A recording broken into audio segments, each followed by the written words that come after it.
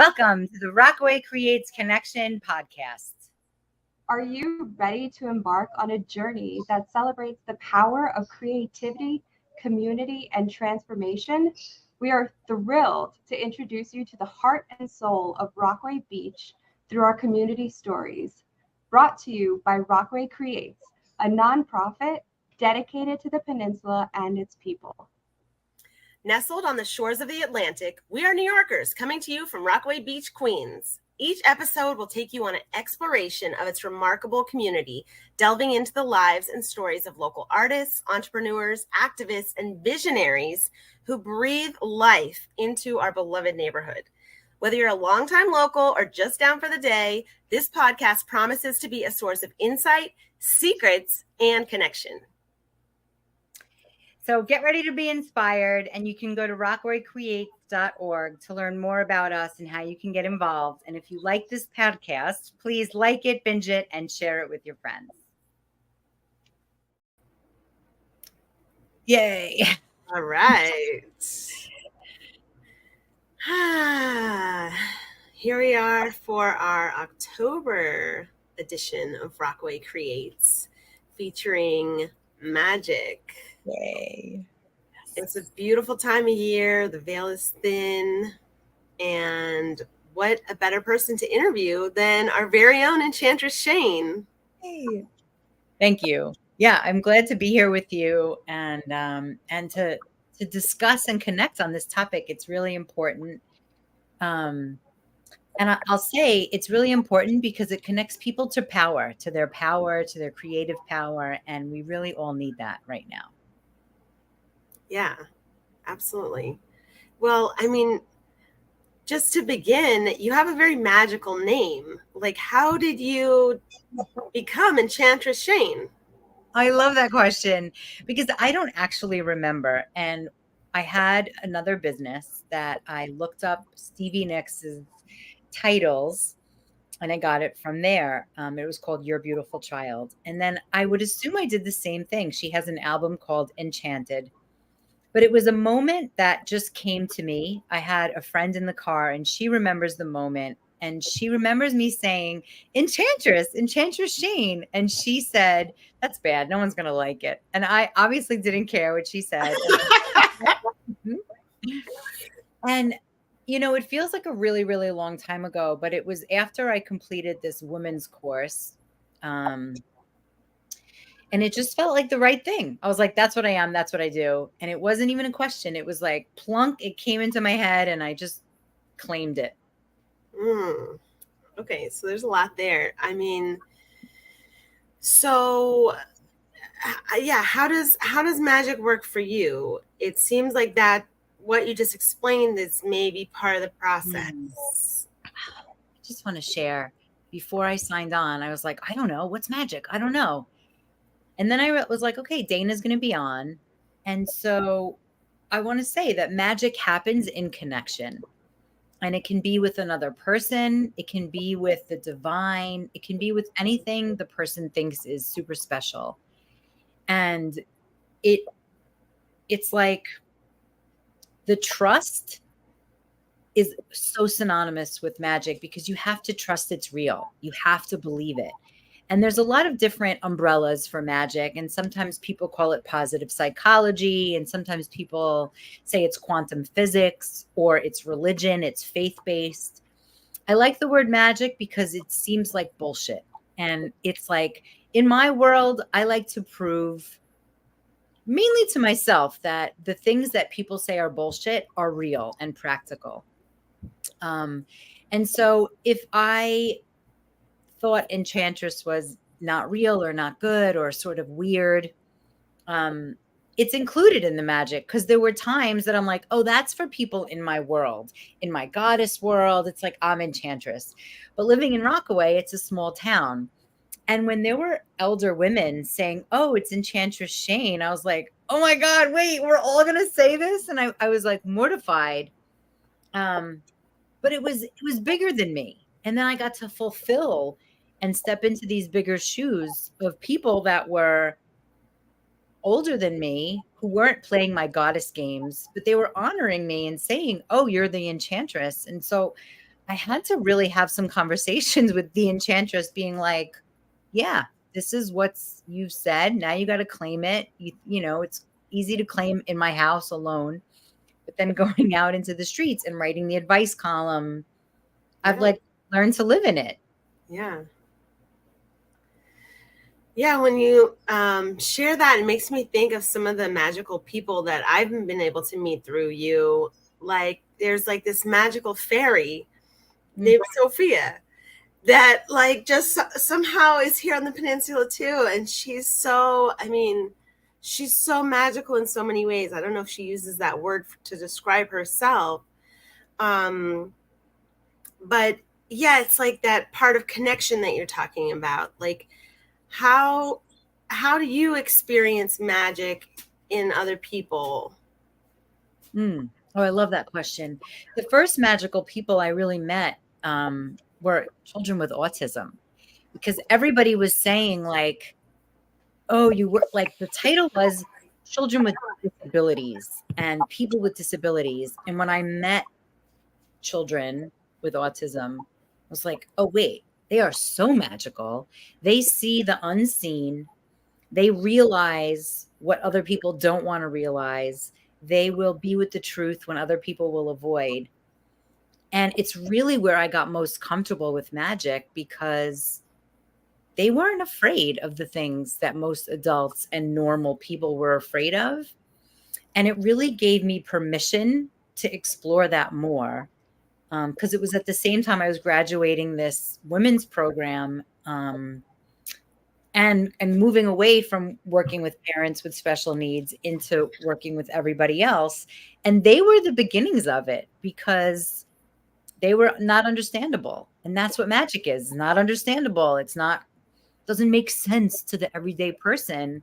And neither does the child with autism. And so I love that they came up. Of course they did. They're like, we're taking part of your interview here. Yeah, exactly. Oh, wow. So like for people who are maybe thinking like, okay, so what does it look like? Like what's like a small thing that could happen, maybe even that happened today, that could be like a little, just like a little morsel of magic? Okay. I love practical, because I always like to speak to the spectrum of people who are like, man, listen to these two ladies. Yeah. You know, I like to think of making something out of nothing. So really simply, you know, it's kind of a cold, dreary day. There's a lot going on in the world. It's really easy to feel like magic doesn't exist. And, you know, driving, it's like a moment I turn my head. I didn't have to turn my head. I'm driving, I'm walking, I have to go where I'm going. But I turn my head, and it's this weird part of Far Rockaway. It's like almost right near Atlantic. It's like Beach 9th and a little bit beyond. I turn my head, and I just saw the most vibrant, beautiful colors and a stream. I'm like, what the hell is that? The ocean's to my right, and there's this stream with colors of flowers and leaves. It was yellow and red, and it just like literally took my breath away. I was like, this is amazing. I can go and be with this for a moment and just notice how life is moving. Things are moving. Everything's temporary. Things are really horrible, but they're moving. So my mind is always in the realm of magic, of like, what does this mean to me in this moment? And how do I get from nothing to something? How do I create nothing into something? And in that moment, running late feels crappy and having no parking, but it just took my breath away. And so I think a lot magic has to do with nature. Yeah. Humans are born from a 10-second meeting of two people together, and we form humans in our stomachs. Like, I've never done that. I don't plan on it, but it's freaking magical. Yeah. And it's science-based. And humans creating humans is the most magical creation, where there is nothing and now there is something. So I feel like that is the best answer I could give. Yeah, I love that. It's like, it's everything. It's like keeping it moving and finding that pause, finding that magic in the pause. Yes. And it's like we need both to kind of like keep finding it. I love that you said 10 seconds. Well, like that moment, right? When it's like, you know, it's people don't even have to get along. They don't even have to feel magical. They could be angry, bitter, God forbid, abusive, but it's that's all it takes to create human beings. And to me, it's like, I don't know, like that works with any of the things I said before, you know, faith, religion, positives, like all of it falls into, at the end of the day, we're here because of scientific magic. So what are some of the things that you do that help you kind of be in that mindset to be able to have that moment of like awe and wonder? Yeah. Well, you know, it's a really good practice now. You know, there's like the internet is flooded with really tragic things. And so what are the choices? It's very clear. It's like you could go down a rabbit hole, a really deep rabbit hole of fear and suppression and hate and murder and rape and anger. Like, okay, I don't want to do that. You know, whether it's happening or not, I have my life to live. And so I can look at my dog. Like when you're pushed to the edge, it's really hard to live that way, because in 10 seconds, another 10 seconds, you can end up in your bed, forgetting to eat, not washing your hair. So it's like sometimes out of desperation, you must find magic. Mm. But on a daily basis, you know, without the world being a mess, it's more fun. It's more fun to live in a way where your filter is anything is possible. And, you know, being in this house, living in the Rockaways is such a great example for me. And it's something I take my clients through. I was living in Brooklyn in a big apartment with no sunshine, lots of shit going on Flatbush Avenue. Like I hated it for a lot of reasons. I was also like not wanting to be a teacher anymore. I was broke. I had no money. I wanted to live by the ocean. And there were so many things working against me, so many. And I did this process for 2 weeks every day where I focused on 10 non-negotiable things that I wanted.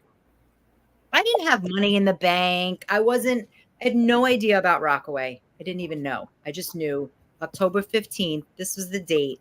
I was going to live in a house by the ocean with lots of sunlight. And I even sublet my place in Brooklyn for October 15th, not knowing where I was living. And I'm not one of those people that floats around like, I have a house, I live there forever. And I did this practice every day. I said the 10 things with lots of emotion. I meditated for 3 minutes and I asked the universe, God, whatever at the time I was interested in, what should I do? And I did that every day. And I did all the things that I heard. And even if they seemed non-relevant, I did them. I remember one was like, go on Facebook. I went on Facebook and I found this article, or somebody sent me this article about the resurgence of artists in Rockaway.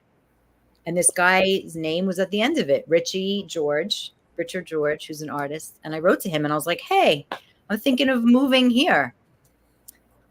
And Richard George is a famous Rockaway guy. And the next day I was sitting in his bungalow on 24th Street, meeting his mother, Carmela. And she was like, what are you doing? She was so Queens. And they owned like 20 something bungalows. And he's the reason I got on this block here. And, you know, not only, let me explain more magic. It wasn't just a bungalow. It was a sublet. I did the magic again. And there was this ugly, it smelled like death. It was horrible.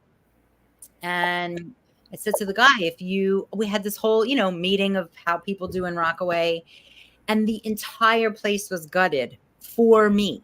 Like, do you want a shower? Do you want a bathtub? I had no money, no job. I was transitioning. I owned my business, but I was sick of it. There was no real reason. He didn't check my credit. There was no real reason that I should live here, except I focused on it this intensely for 2 weeks with 10 non-negotiables. and I made it happen.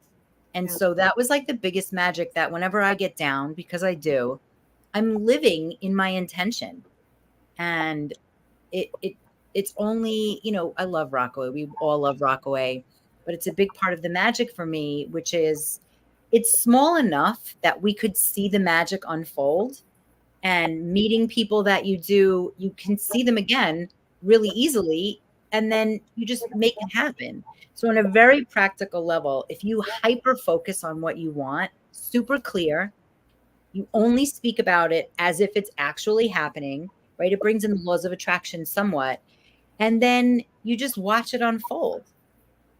And I once had, now I'm hyper. I had this client, she called me from London. She's like, I don't know. I had this passport problem. I want to live in America. I don't think it'll happen. She came with a lot of negative attitude. Oh, yeah. Literally, we worked together for 3 months. And now she lives here in New York City. She has a work permit. She was young. She was like 24, 25. She had a bad attitude, but we worked on it. And I was like, wow, can I really make this happen? Yes.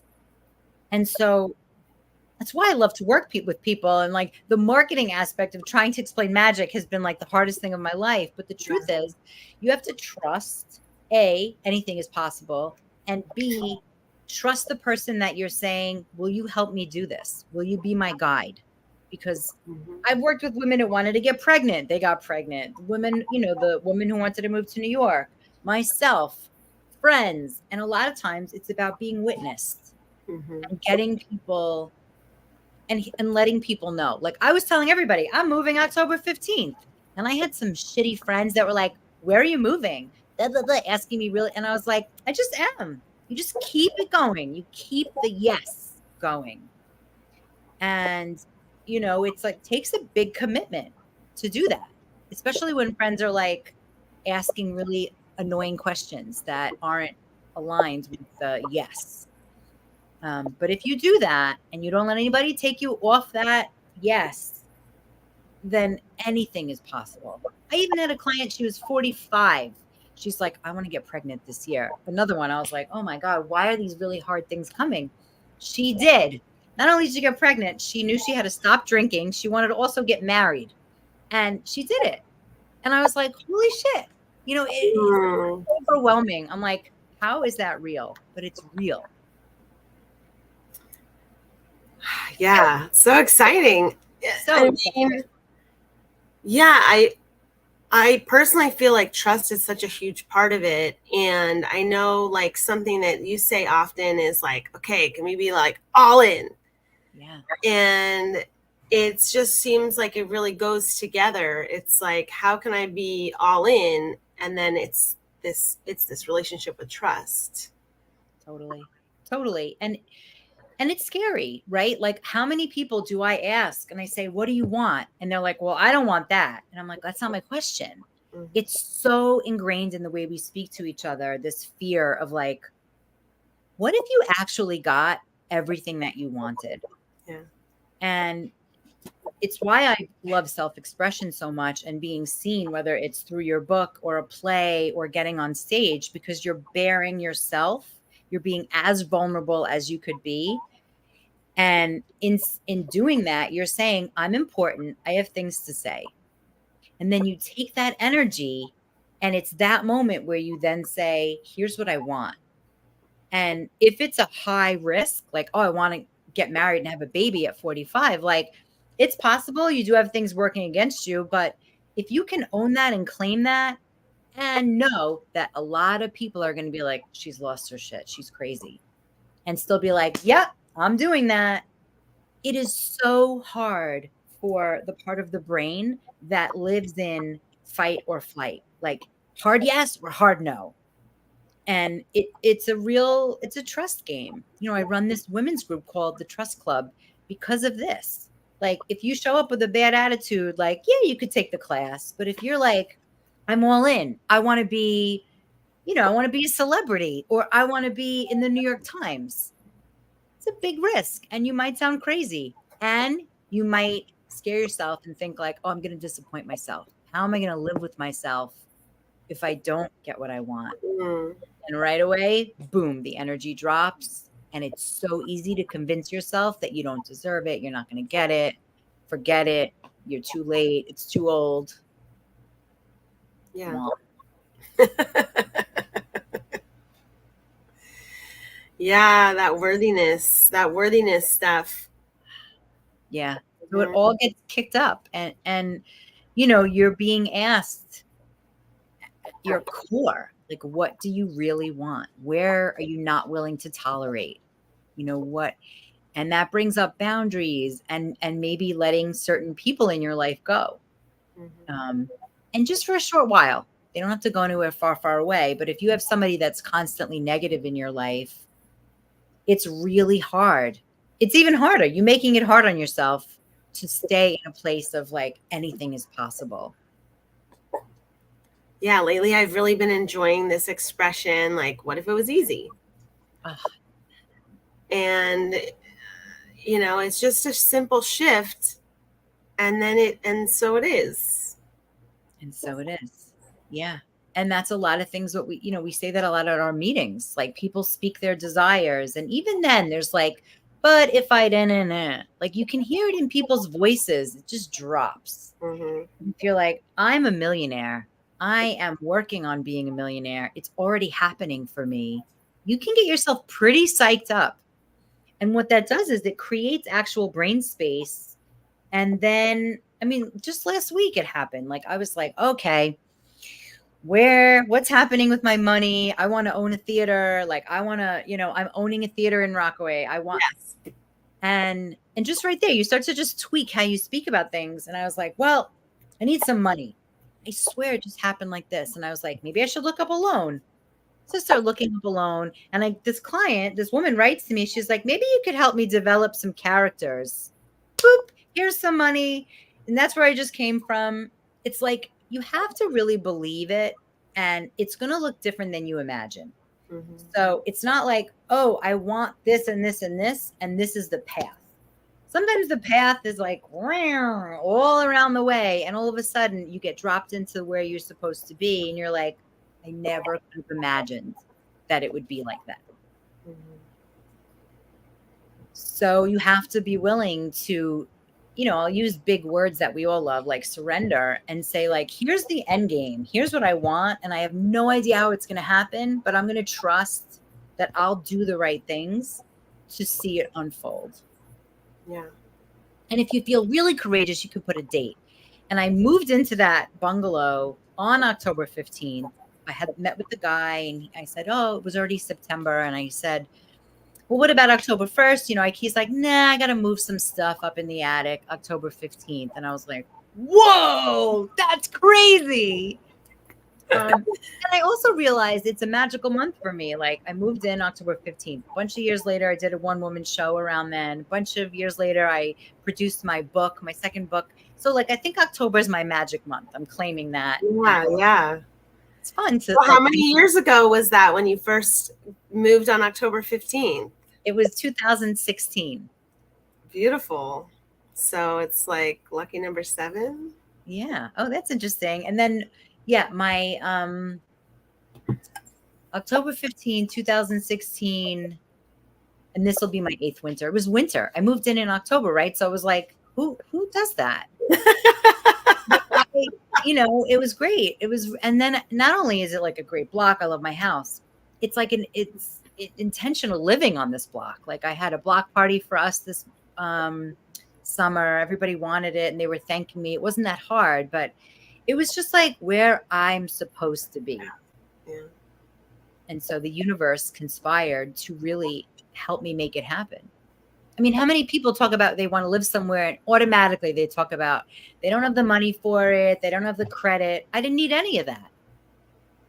I was like playing with bankruptcy. I was broke, not good.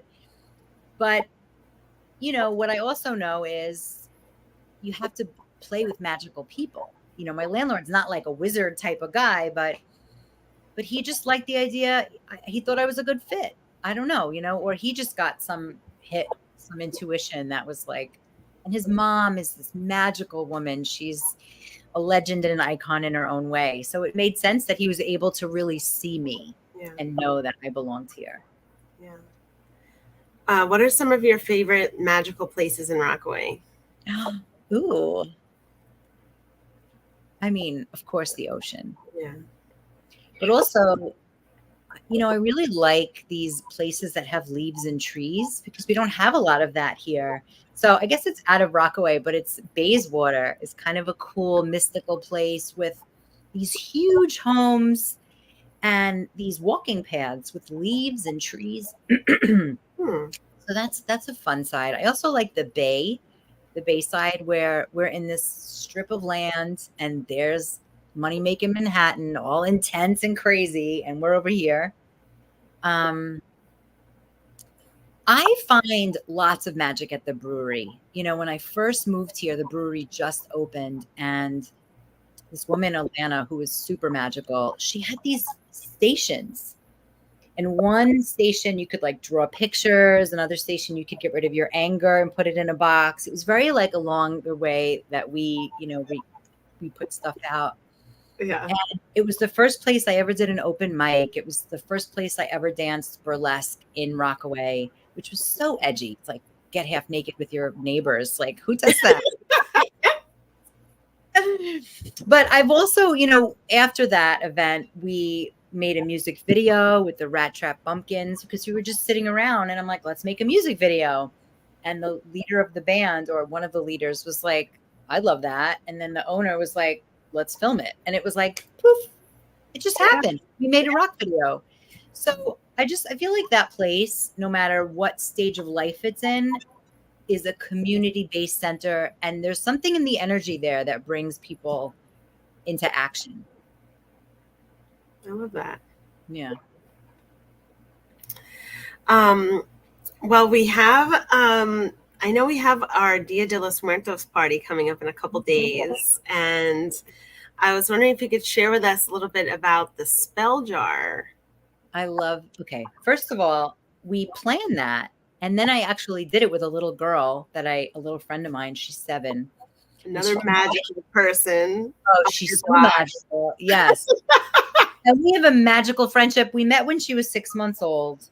And there's some soul connection that I just can't explain. Sometimes she's my mother. Sometimes she's my sister. Like, she's like, let me make your bed. It doesn't look good. And then she's like, when's the last time you changed your sheets? I was like, hey, you're busting my chops. But I'm like, you're right. I should. Like, it was just like a moment.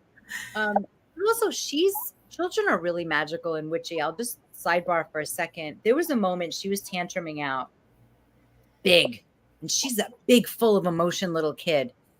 And I was having a good old time and I was not feeding into it. And she looked at me like this with these really crazy eyes. And I swear I started choking and I almost fell off my stool. I was like, okay, little witch, like you just really, she fucked with me in a way that I was just like, okay, there's so much power in when you have like big tantrum energy to then make something happen. And, as adults, we're not going to talk about it, but just like there's sex magic, like there's all kinds of magic. And when you have a lot of energy in your body, you can really make things happen. So that happens. She looks at me like this. I start choking and I sort of sit upright. And then she relaxes. And then she tells this crazy story. I think she was 3 turning 4. And she's like, something about like the clown went on the roof and then he fell up. Like it was so beautiful and detailed. And all this creativity spewed out of her. And I was like, I can't even explain this. I just got chills. Like, I can't explain this moment to people, but she was angry. She spewed her energy at me. And then she got creative. And she was like, whoa. And the dad was like, whoa. And the end of the last line of the story was like, the person fell through the roof into the sidewalk and ended up in another land. And I was like, that is brilliant. Like I would go see that movie. It would be a big hit. Okay. Anyway, I'll come back to wait, why did I bring her up? I was wondering about the spell jar. So like you want a little taste of their own magic, come experience it. So she's 7 and she told me, she confided in me about a bully. Like Dad had told me and I didn't want to push it, but she told me about it. So I have a little girl spell book. And in it is a spell jar. And it was so beautiful. Basically, you write the little girl's name that's bothering you or whoever's bothering you, and you put it in there. You fill it with water. You wrap a ribbon around, you put a top, and you put it in the freezer. And we did this whole thing. And we left it. I don't see her all the time. And when she came back, I said, oh, well, let's go check on this spell jar. She's like, oh, she moved. She went back to Paris. Like this little girl went back to Paris. So my little friend was like, well, it didn't make her go away. I'm like, is she in your school anymore? She's like, no. I'm like, did she go away? Yeah. She went away. She went away. We don't know where she went. I mean, we know she moved back, but it doesn't matter. She's not in your life anymore. Let's see. And it was just, first of all, it's beautiful. I just shared that because you could see when you're 4, you believe in magic. At 7, there's so much, fed into kids about like being right and being wrong. And magic is just always right.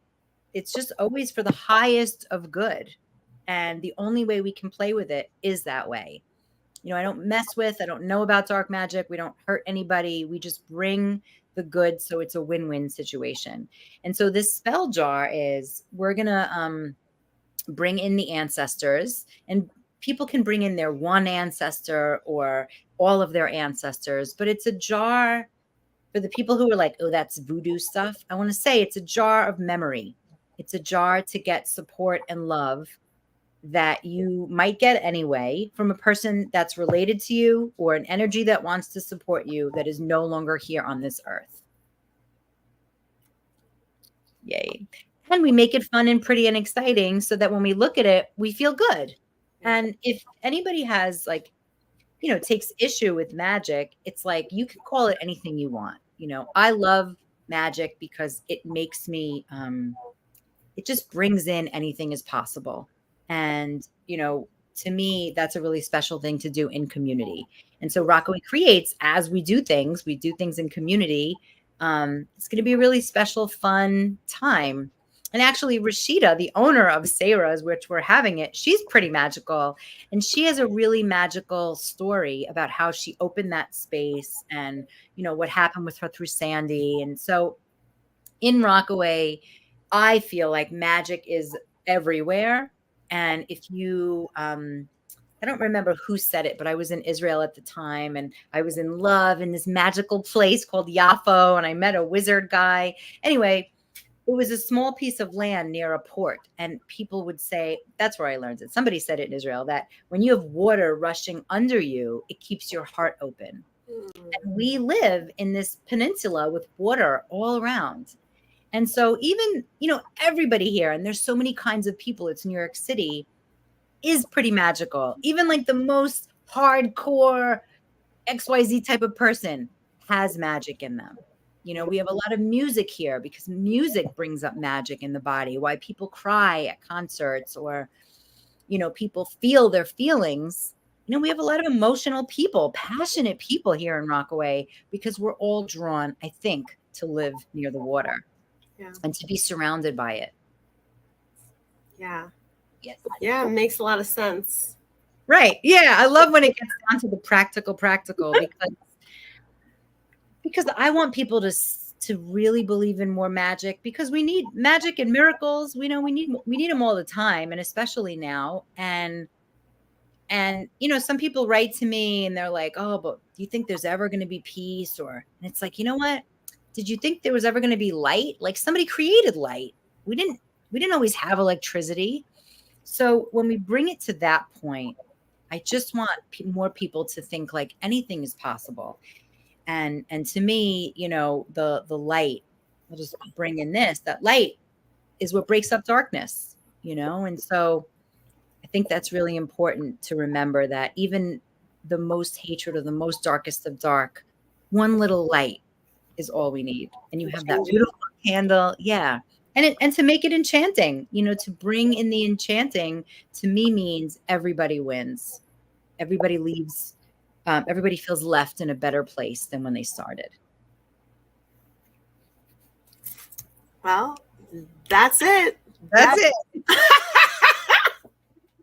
I can't believe it was so funny. I was like, I think I said this earlier, but I looked up YouTube. I was like, I don't know, what's magic? What am I going to talk about? Maybe I should use AI. And it's like, it's normal to lose the idea that magic exists or to know that you know about it. But if you find connection, I have this video vixen that comes up twice a year. And the most special thing about it is connection. You think you have nothing to say. You think you're not magical. And then all of a sudden you're like, oh my God, I can't help it. It just keeps coming out. And that's what's really special about Rockaway too, is wherever you go, you will find somebody to talk to. And you will leave the heaviness and the depression and the sadness, and we're also having a gala in January because we're here to celebrate, no matter what, we're here to celebrate. Even in tragedy, joy persists. And we are a big fan of that. And we have so many free events and so many things coming up. And it's like, you just have to show up. We have people that show up. They don't even know why they're there. They're like, I don't know. It said pajamas on the internet. And here we are. Right? Yeah. Last time they were such a lovely couple. It's like, if you want magic, showing up where there's connection, and that's what we offer. That's so special. Yeah, I'm even more excited to make my spell jar in a couple of days, and it's all the things. It's like being witnessed and claiming what I want and what I desire, and actually like writing it down and making something beautiful and putting that energy into it and out there and together. And magic or whatever else it can be called. Come make a pretty thing, like whatever. Yeah. And you know what? I have to bring glitter. I'm going to bring glitter for everyone. So everyone has to bring their own jar. And bring items. And I posted it today, but when you walk around in nature and something calls to you, so there's a belief that you can ask, like, oh, do you want to come with me if you see a rock or a shell? But then I thought to myself, I think the things call me. Like, if something you look at calls you, take it with you. It can just be one rock. It doesn't, I'll give you some glitter. We're going to seal it shut. I'll bring a glue gun. And you can put it in a special place. And, when I was a preschool teacher, we made these shaking jars. You can just shake it and sit with it and use it as a meditative piece. And it's the Dia de los Muertos. So in the Mexican culture, it is an actual holiday that they take pretty deeply. And so we love the fact that our group is diverse and has all kinds of people that show up. So if you're a believer or not a believer, you can show up. And if you're a believer, maybe you can share a little bit about what the holiday means. Yeah, that'd be very special. Yeah. Yay. Well, thank you for sharing all of your amazing truth bombs with us. And and really even your process. Like, I love that of the part where you're like, oh, I'm going to be on a podcast today. What does that mean? What do I talk about? And like the little mini freak out or whatever, like, oh, let me AI this. And then it's like, okay. And then let me come back to myself and trust myself. And that's what it's about again and again and again. And it's like, even for Enchantress, that's the process, it's like, there's like these moments where you're like, oh, am I going to do this right? And then it's like, okay, I'm just gonna show up. Yeah. It's going to happen. Yeah. And that's part of it. It's part of the magic. It's like, it's the surrender. It's the like, do whatever. It's Yes. Yeah. What you're distilling is so beautiful because there's no right or wrong way. And that is I can't tell you how many people come to me, clients, non-clients, like, I'm doing it wrong. Yeah. I'm doing it wrong. So if you want to out yourself and be seen in that, you could admit it here in the comments. Like, it's human to think you're doing it wrong. The world, our schools are built on doing it right or doing it wrong. And we're here to dispel that. That's not the way it is. Don't hurt anybody. Don't destroy anything. But other than that, you're doing everything right. Yeah. That reminds me, like, something Oprah always talks about, like when she's finished interviewing, like however many thousands of people she interviewed, like the one thing every single person would ask her was like, did I do okay? Yeah. Presidents, like all kinds of people like that are so successful. And they're like, did I do all right? And it's so human to have that like feeling. Yeah. Yeah. Another human feeling. We could probably talk forever. I just want to make like, this is embarrassing, but I got on a mic. I was doing this big talk and the room was waiting for me to speak. Right. I felt so, one of my clients was there and everybody was like, oh, and I got on the mic and I was like, I just want you all to like me. And the whole room was like, oh my God, we all want that. Like, it was such a relief. And that was the truth. I didn't want to have to sound smart or be like, I just wanted to say the truth. And to me, that is magic, to be able to name it and just feel relief in my nervous system instead of trying to make something happen is magical. So many things are magical, but that is really gives, when you can be relaxed or I can be at ease, then the natural joy comes out, the natural freedom to express. Yeah. I mean, I love this conversation. I just want to pop up Cooper who's climbing everywhere and